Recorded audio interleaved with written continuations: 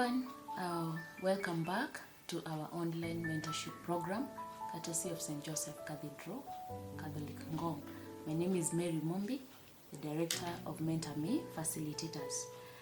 So before I start what I had planned for today, I want to raise a concern, especially because of the two incidences that have happened so far in our nation with our youth. We all know of the incidents of the youths who were on a drinking spree, and then they had to call their parents to rescue them, whereby the parent had to send an ambulance to pick those kids. And right now they are on a forced quarantine for a period of 14 days and 2,000 per day. It is quite frustrating. Then we also had the second incident in Nakuru, where again 21 youths were found doing some photo shooting that was a bit crazy, and again they were also taken to a forced quarantine. So again, I really sympathize with the parents to these children. So as young people, let us think of consequences before we engage in anything. So today I want us to look at studying at home during this quarantine period.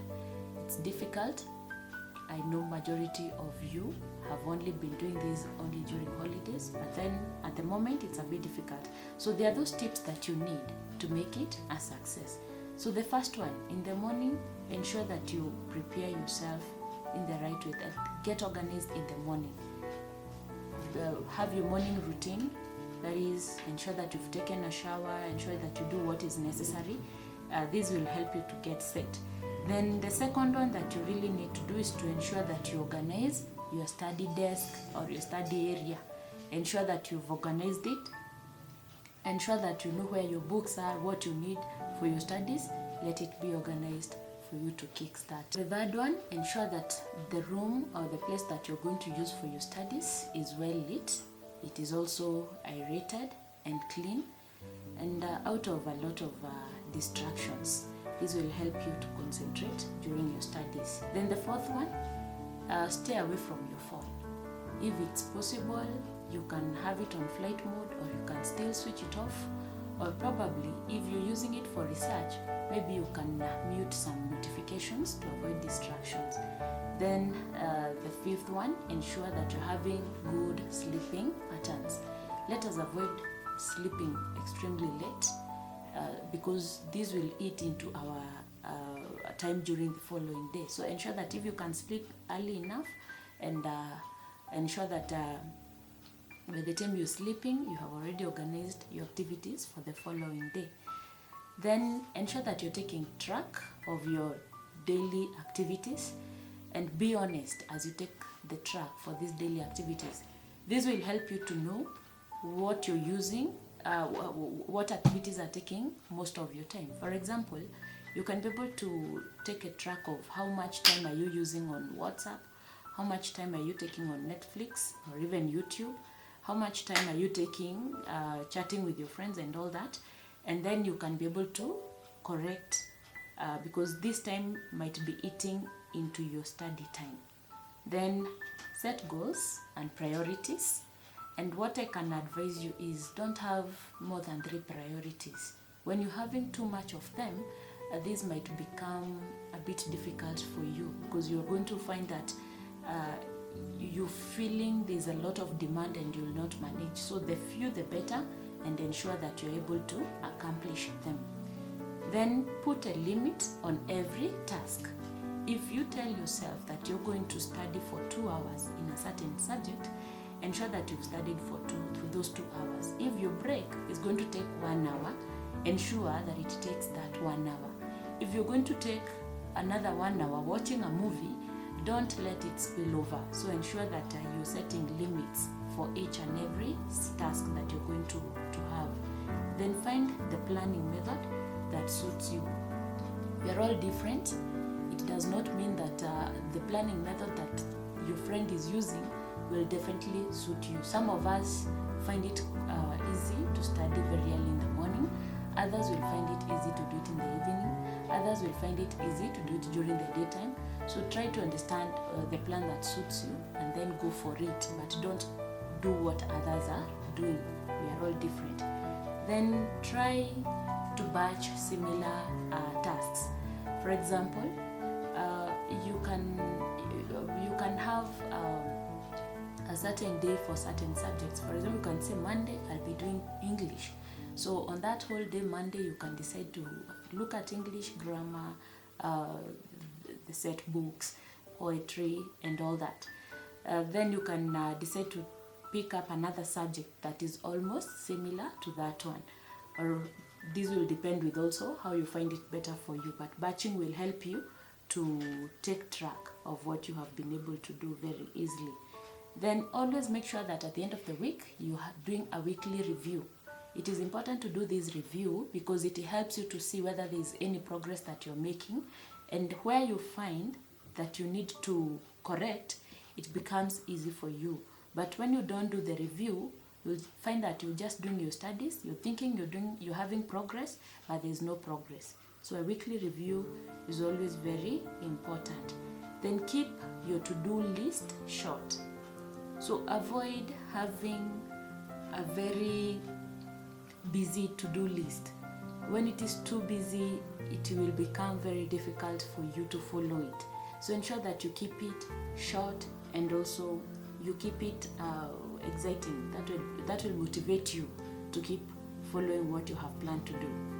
Then the other thing that you also need to ensure is know what to multitask and what not to multitask, or rather know when to multitask and when not to multitask. For example, there are those students who will tell you that they can be reading and at the same time they will be watching a movie. Others will be listening to music and at the same time they think they can read. There are some tasks we can multitask, but there are others that we can't, and especially something that needs you to concentrate.